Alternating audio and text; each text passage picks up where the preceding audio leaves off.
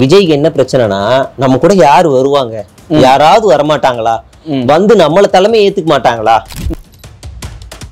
தலைவரே நாம வந்து இங்க திமுகவை எதிர்க்கலாம், மேல இந்தியா கூட்டணிக்கு ஆதரவுன்னு ஒரு ஸ்டாண்டை எடுப்போம், அந்த மம்தா எடுத்த மாதிரி ஒரு ஸ்டாண்டை எடுப்போம். ஆனா இனிமே அந்த ஸ்டாண்ட் அவரால் எடுக்க முடியுமான்னா ரொம்ப கஷ்டம். விசிகா ரொம்ப ரொம்ப தெளிவான கட்சி. தன்னோட கட்சியிலேயே இருந்த ஒட்டுண்ணின்னு கூட சொல்லலாம். ஒட்டுண்ணி இந்த கட்சி கூட்டணிய விசிகாவை திமுகவுல இருந்து பிரிச்சு கூட்டு போய் ஒரு இடத்துக்கு கூட்டு போகலான்னு காத்துக்கிட்டு இருந்துச்சு. தம்பி நீ வெளியே போ கொஞ்ச நாள் அமுச்சு விட்டாரு. இப்ப அந்த ஒட்டுண்ணி இந்த கட்சிக்குள்ள இருக்கு. ஒண்ணுமே இல்லைங்க. இன்னைக்கு வந்து ராகுல் காந்தி ஒரு ஓட்சோரின்னு ஒன்று அடிச்சு விட்டுருக்காரு. சும்மா அறிக்கையை மட்டும் விடாம இவங்க ஒரு ஆர்ப்பாட்டம் இல்ல ஒரு போராட்டம் நடத்துறாங்கன்னா அப்ப பார்ப்போம் இவங்க பிஜேபி இல்லப்பா அப்படின்னு நம்ம பார்ப்போம். பாஜக அவ்வளவு சீக்கிரத்துல நீ பேர் கூட ஆர்ப்பாட்டம் நடத்திக்கலாம் சொல்லாது. நம்மளுடைய அரசியல் எதிரி மிக மோசமாக இருக்கிறது, சட்ட ஒழுங்கு மோசமாக இருக்கிறது, இந்த வறண்ட பூமியை பொற்காலமாக மாற்ற வேண்டும் என்றால் நாம் அனைவரும் ஒன்று சேர வேண்டும், ஒன்று சேர்ந்த பிறகு நம்ம வர பிரச்சனை கொள்கை எதிரி அப்புறமா நம்ம சமாளிச்சுக்கலாம், இப்ப நமக்கு அரசியல் எதிரி தான் பெருசா இருக்காங்கன்னு ஒரு உருட்டுவானுங்க. இனிமே என்ன சொல்லு, நான் அரசியலுக்கு வந்துட்டேன், இதுதான் கடைசி படம், இனிமே நான் மக்களுக்காகத்தான், என் வாழ்க்கை ஒட்டுமொத்த ரத்தம் சதை உயிர் எல்லாமே மக்களுக்கு தான் சொல்ல வேண்டியதானே. விஜய்க்கு ஒன்லைன் ஸ்டோரியே ரெடியா இருக்கு ஆஃப்டர் எலெக்ஷனுக்கு. அந்த படத்தை எடுக்க போறவர் அட்லி.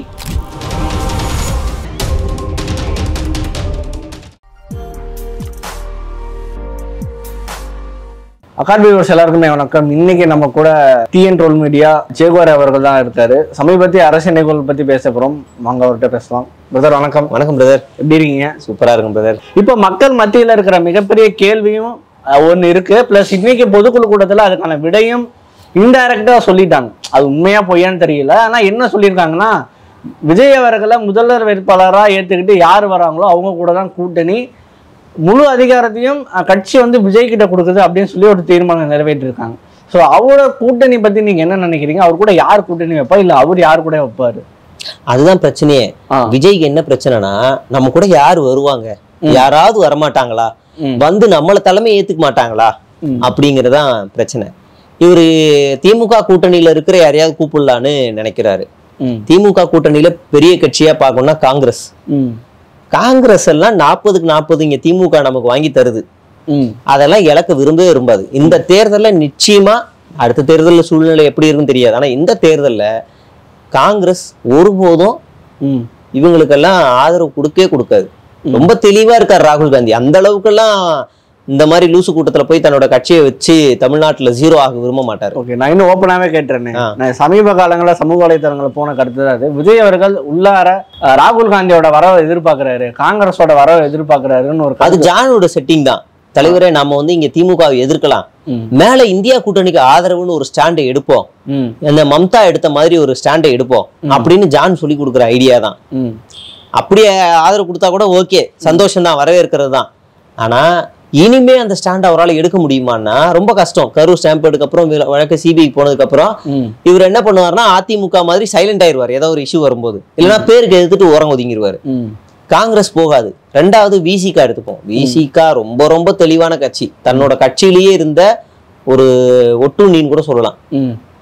ஒட்டுண்ணி இந்த கட்சி கூட்டணிய விசிகாவை திமுகவுல இருந்து பிரிச்சு கூட்டு போய் ஒரு இடத்துக்கு கூட்டு போகலான்னு காத்துக்கிட்டு இருந்துச்சு. தம்பி நீ வெளியே போ கொஞ்ச நாள் அமுச்சு விட்டாரு. இப்ப அந்த ஒட்டுண்ணி இந்த கட்சிக்குள்ள இருக்கு. பேர் சொல்ல வரும்ல.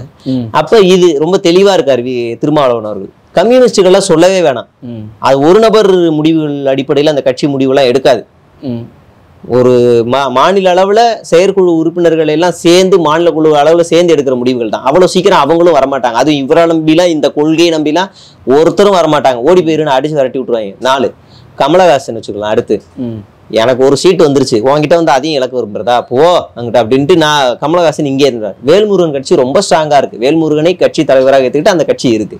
அதனால திமுக கூட்டணியில வேற ஏதாவது கட்சி சொல்லனா கூட இல்லை, மீது எல்லாம் இங்க ஸ்ட்ராங்கா இருக்காங்க. இப்போ அரசியல்ல ஒரு பயத்தோட ஒரு நடுக்கத்தோட இருக்காங்கல்ல, என் பதவி போயிருமோ, என் கட்சி போயிருமோ அப்படிங்கிற முதல் கேட்டகரியில இருக்கிறது எடப்பாடி பழனிசாமி. அதனாலதான் அவரு கொடி பறக்குது பாரு பிள்ளையார் சொல்லின்னு போட்டு கீழே இருக்க அமைச்சர்கள், முன்னாள் அமைச்சர்கள் வச்சு பவன் கல்யாண் ரேஞ்சுக்கு பேச வச்சது எல்லாமே இப்ப முடியாதுன்ட்டாங்க. அடுத்ததா பிஎம்கே வரும். அன்புமணி கட்சிக்குள்ளேயே 2 சண்டை ஓடுது. நம்மள கட்சியை விட்டு தூக்கிட்டாங்க, ஆனாலும் நம்ம கட்சி பேரை வச்சுக்கிட்டு இருக்கோம். எலெக்ஷன் நெருங்கும்போது சட்ட சிக்கல் ஆகும். அதனால கூட்டணிக்கு இவர் போனா போகலாம். ஏன்னா அவரோட பதவிக்கும் அவருடைய அரசியலும் ஒரு கேள்விக்குறியா இருக்கு. அந்த டீம் போறதுக்கு வாய்ப்பு இருக்கு. அடுத்ததா பாஜக வச்சு பாஜகவுல இப்ப யாரு மாநில தலைவர்னு யாருக்குமே தெரியல. அவர் சுற்றுப்பயணம் ஆரம்பிச்சிட்டாரு. யாருக்காவது தெரியுமா இன்னைக்கு எந்த மாவட்டத்துல இருக்காருன்னு தெரியுமா, இந்த எந்த தொகுதியில இருக்காருன்னு தெரியுமா? எதுவுமே தெரியல. அப்ப அரசியல் அடையாளத்தை இழந்த நாயனார் நாகேந்திரன் தலைமையில இங்க போறதுக்கு வாய்ப்புகள் அதிகமா இருக்கு. அடுத்து சீமான், விஜய் வந்ததுனால பர்சன்டேஜ் வேற குறைஞ்சிருச்சு அப்படின்னு அவரு போனா அசிங்கம், போகலனாலும் அசிங்கம் அப்படின்ற டபுள் மைண்ட்ல அங்க இருக்காங்க. இப்படி அரசியல்ல கேள்விக்குறி, தன்னுடைய அரசியல் பாதை கேள்விக்குறியா இருக்கிற நபர்கள் எல்லாருமே, முக்கியமா சொன்னா டிடிவி தினகரனை சேர்த்துக்கலாம், ஓபிஎஸ் அவர்களை சேர்த்துக்கலாம். இவர்கள் எல்லாருமே விஜய் கூட போலாமா வேணாமா, போலாமா வேணாமா, போனா ஏதாவது சீட்டு கிடைக்குமா கிடைக்காதா, அந்த மைண்ட் செட்ல தான் அந்த வண்டி, அந்த கேட்டகரி எல்லாமே இருக்கு. ஆசிலேஷன்ல இருக்காங்க. ஆமா, எல்லாருமே. விஜய்மே அப்படிதான் இருக்காரு. நம்ம கூட ஏதாவது ஒரு பெரிய கட்சி வரணும், அது அப்பதான் நமக்கு மரியாதை. ஏதாவது ஒரு பெரிய கட்சி ஏதாவது ஒண்ணு பிஎம்கே வரலாம்னா அவங்களுக்குள்ள ரெண்டா சண்டையா கிடக்கு. எப்படி கூப்பிடுறது, எப்படி வேணாமா கூப்பிடலாமான்னு இவங்களுக்கும் குழப்பம், அந்த சைடு இருக்கவங்களுக்கும் குழப்பம். என்ன குழப்பம்னா ஒரு நிலையான மைண்ட் இல்லாத நபர்கள் மட்டும்தான் இந்த கூட்டணி பத்தின பிரச்சனைக்கு பத்திலாம் பேசிட்டு இருக்காங்க. இந்த சலசலப்புலாம் இந்த திமுக கூட்டணியில இருக்கா? எதுவுமே கிடையாது. அவங்க பாட்டுக்கு போயிட்டே இருக்காங்க. ஏன்னா இது கொள்கை அளவுல உருவான ஒரு கூட்டணி. நீ என்ன வேணாலும் சொல்லிக்க, போய்க்க அப்படின்னு போயிட்டே இருப்பாங்க. இப்ப நாளைக்கே ஒரு இஷ்யூ வருதுன்னா உடனே ஃபர்ஸ்ட் நிக்கிறது கூட்டணி கட்சிகள் தான் போராட்டத்துல. இந்த கோயம்புத்தூர் இஷ்யூல முத அறிக்கை வெளியிடுறது எல்லாமே கூட்டணி கட்சிகள் தான். அப்புறமா தான் இவர் பொறுமையா அறிக்கை எல்லாமே வெளியிடுறது, எல்லாமே பண்ணிக்கிட்டு இருக்கிறது எல்லாமே. அதுல இவர் போய் கலந்துக்கல. அப்ப இந்த தொலதொலன்னு இருக்க கட்சிகள், பதவிக்கு ஆபத்து இருக்கின்ற நபர்கள் எல்லாருமே இந்த சைடு வர்றதுக்கு வாய்ப்பு இருக்கு. ஓகே, வந்தா எக்ஸ்போஸ் ஆயிடுவாரு. அந்த கரூர் சம்பவத்துல இருந்து அதிமுக வந்து விஜய்க்கு நல்லா முட்டு கொடுத்தாங்க. ஐ மீன் ரொம்ப அவரை தாங்கி பிடிக்கிறது, இந்த நேரத்துல அவரை பத்தி பேசக்கூடாது, ரொம்ப உடஞ்சு போயிருப்பாரு, இப்படி எல்லாம் சொன்னாங்க. இப்ப இந்த கருத்து மூலமா அவங்களுக்கு ஏதாவது அவங்களுக்குள்ள ஒரு அதிருப்தி இருக்குன்னு நினைக்கிறீங்களா? அதிமுக சைடு ஒரு அதிருப்தி இருக்குன்னு நினைக்கிறீங்களா? நிச்சயமா வரும். நம்பி காத்திருந்து எத்தனை தடவை தான் எடப்பாடி பழனிசாமி ஏமாந்து போவாரு. 11 தேர்தலை தோத்து போயிட்டாரு. இந்த ஒரு தேர்தலை இவரை கூப்பிட்டு வச்சு எதையாவது பண்ணி கேட்கிற சீட்டை கொடுத்து எப்படியாவது நின்று ஜெயிச்சிடலாம்னு ஆசைப்பட்டாங்க. பார்த்தா கடைசி நேரத்துல முதலமைச்சர் வேட்பாளர்னு அறிவிச்சிட்டாங்க. அப்ப இவர் இவ்வளவு நாள் சுற்றுப்பயணம் போனது எல்லாமே ஒரு மாதிரி கஷ்டமா போச்சு. அதனால கொஞ்சம் அதிருப்தி இருக்கும். என்னடா விஜய் இப்படி சொல்லிட்டாரு அப்படின்ற அதிருப்தி இருக்கும். இப்ப கொஞ்ச நாளைக்கு முன்னாடி சிபிஐ விசாரணைக்காக ஆபீஸ்க்கு வந்திருப்பாங்க. அதனாலதான் அடுத்த நாள் போராட்டம். ஓகே, அதனாலதான் ஆளும் கட்சிக்கு எதிராக அடுத்த நாள். இப்ப நிறைய பேர் சந்தேகம் வந்து சம்மன் கொடுக்க தான் வந்தேன் அப்படின்ற மாதிரி அவங்க சொல்லியிருப்பாங்க. சம்மன் வந்து சிபிஐ அதிகாரிகள் வந்து கொடுப்பாங்களா? ஆமா, அவங்களே வந்து கொடுப்பாங்க. அவங்க வந்து வராங்கன்னா இப்ப இது மூலமா ஒரு பாஜக வந்து விஜயை கொஞ்சம் தூண்டி விட்டு பாக்குறாங்க, கொஞ்சம் கரண்டி பாக்குறாங்க அப்படின்ற மாதிரி எல்லாம் சொல்றாங்க. முதல் நாள் சிபிஐ கரூர்ல இறங்குது. இறங்கி இந்த லேசர் லென்ஸ் எல்லாம் வச்சு பண்றாங்க. பண்ண உடனே அடுத்த நாள் நெற்பயிர்களுக்கு இவர் கண்டிச்சு அறிக்கை வெளியிடுறாரு. அடுத்த நாள் மறுபடியும் பனையூர் அலுவலகம் வருது. அடுத்த நாள் ஆர்ப்பாட்டம் அறிவிக்கிறாரு. அப்ப இவங்க எப்பெல்லாம் வராங்களோ இவங்க அடுத்த நாள் ரியாக்ட் ஆகுறாரு. நம்ம இன்னும் கூட பொறுமையா டைம் எடுத்துப்போம். இன்னைக்கு நல்லாவே எக்ஸ்போஸ் ஆயிட்டார். பாஜகவை பத்தி ஒரு வார்த்தை கூட பேசாம, ரொம்ப லைட்டா டச் பண்ணி சாஃப்ட் பண்ணா கூட நமக்கு ஏதோ ஒண்ணு மனசா இருக்கும். ஆனா ஒரு வார்த்தை பேசாம கடந்து வந்திருக்காரு. அடுத்த இஷ்யூல என்ன ஆகுதுன்னு பார்த்தா ஈஸியா எக்ஸ்போஸ் ஆயிடுவாங்க. இவங்க பாஜகவுக்கு என்ன ஏதுன்னு பார்ப்போம். ஒண்ணுமே இல்லைங்க. இன்னைக்கு வந்து ராகுல் காந்தி ஒரு ஓட்சோரின்னு ஒன்று அடிச்சு விட்டுருக்காரு. சும்மா அறிக்கையை மட்டும் விடாம ஒரு கண்டன ஆர்ப்பாட்டம் கோயம்புத்தூருக்கு நீங்க நடத்துனீங்கல்ல, ஒரு கண்டன ஆர்ப்பாட்டம். ஏன் இதெல்லாம் ஒரு விஷயமா, இதுக்கெல்லாம் ஆர்ப்பாட்டம் பண்ணுமான்னு சொல்லவே கூடாது. ஏன்னா ஒரு இந்திய நாட்டினுடைய ஒரு நபருடைய உச்சபட்ச அதிகாரம் அவனுடைய வாக்கு. அவனுடைய அதிகாரம் வாக்கு. இந்த நாட்டை யார் ஆள வேண்டும்னு முடிவு பண்றது அந்த நபர் தான். அந்த ஓட்டையே ஒருத்தன் திருடுறான்னா அதுக்கு தான் நம்ம ஃபர்ஸ்ட் குரல் கொடுக்கணும் அப்படின்னு மனசுல வச்சுக்கிட்டு இவங்க ஒரு ஆர்ப்பாட்டம் இல்ல ஒரு போராட்டம் நடத்துறாங்கன்னா அப்ப பார்ப்போம் இவங்க பிஜேபி இல்லப்பா, நல்ல டீம் தான் அப்படின்னு நம்ம பார்ப்போம். பாஜக அவ்வளவு சீக்கிரத்துல நீ பேர் கூட ஆர்ப்பாட்டம் நடத்திக்க போனலாம் சொல்லாது. பாப்போம் என்ன பண்றாங்க, எக்ஸ்போஸ் ஆகறான்னு பாத்துருவோம். ஓகே, அவங்க சொன்ன மாதிரி தான் முழு அதிகாரம் விஜய்க்கு போகுதுன்ற மாதிரி தான் தீர்மானம் நிறைவேற்றிருக்காங்க. அவங்க ஏன் உறுதியா சொல்ல மாட்டேன்றாங்க? கூட்டணி கிடையாதுங்க, அதிமுக வேணாம், பாஜக வேணாம், உறுதியா சொல்லவே இல்லை. விஜய் சொல்லுவாருங்க, டிசம்பர் இல்ல விஜய் சொல்லுவாரு அப்படின்ற மாதிரி தான் அவங்க டோன் கொடுத்துருக்காங்க. அவரால் அப்ப ஜம்ப் அடிச்சு சரிப்பா நம்மளோட தொண்டர்கள் கேட்கறதுக்கு இணங்க அப்படின்ற மாதிரி எதாவது முடிவெடுப்பாரா? பேசும்போது உச்சபட்ச அதிகாரம் விஜய்க்கு தான் இருக்குன்ட்டாங்க. விஜய் பேசும்போது அதை பத்தி பேசவே இல்லை. அதான் பிளே. விஜய் பேசுவாரு அப்படின்னா, ஆனா அவர் பேசும்போது கூட்டணி பத்தியோ கட்சி பத்தியோ எதுவுமே பேசல. சும்மா பேருக்கு 2வது மாநாடுல தான் நினைக்கிறேன் நம்மளையும் நம்பி வருவாங்கல்ல மாநாடா.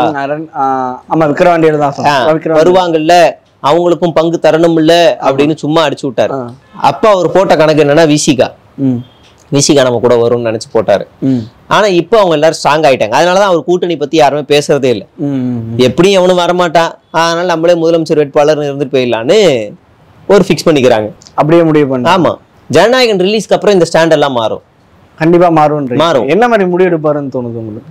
அதான் நான் முன்னாடி சொன்னல, நம்மளுடைய அரசியல் எதிரி மிக மோசமாக இருக்கிறது, சட்ட ஒழுங்கு மோசமாக இருக்கிறது. இந்த நிலை மாறி இந்த வறண்ட பூமியை பொற்காலமாக மாற்ற வேண்டும் என்றால் நாம் அனைவரும் ஒன்று சேர வேண்டும். ஒன்று சேர்ந்த பிறகு நம்ம வர பிரச்சனையை கொள்கை எதிரி அப்புறமா நம்ம சமாளிச்சுக்கலாம். இப்ப நமக்கு அரசியல் எதிரி தான் பெருசா இருக்காங்கன்னு ஒரு உருட்டுவானுங்க. உருட்டிட்டு போய் பாஜக கூட கை கோர்த்து கூட்டணி வைப்பானுங்க. இல்லைன்னா பாஜகவை கழட்டி விட்டு அதிமுக கூட கூட்டணி வைப்பானுங்க. எலெக்ஷன் முடிஞ்சதுக்கு அப்புறம் அதிமுக என்ன பண்ணும், இவங்க ஓட்டெல்லாம் வாங்கிட்டு இவங்களை கழட்டி விட்டு பாஜக கூட கூட்டணி வைக்கும். எடப்பாடி பழனிசாமி செய்யக்கூடிய ஆளுதான். அவரோட லிஸ்ட் ரொம்ப பெருசு. இப்ப இருக்கிற அவர் முத காலி பண்ண நபர் இப்ப இருக்கிற முத்துசாமி அமைச்சர் தான், மாவட்ட செயலாளர் அப்ப இருந்தார். அவர் தான் ஃபர்ஸ்ட் எடப்பாடி பழனிசாமி காலி பண்ணது. லிஸ்ட் பெருசு. இப்படி பண்ணுவாங்க.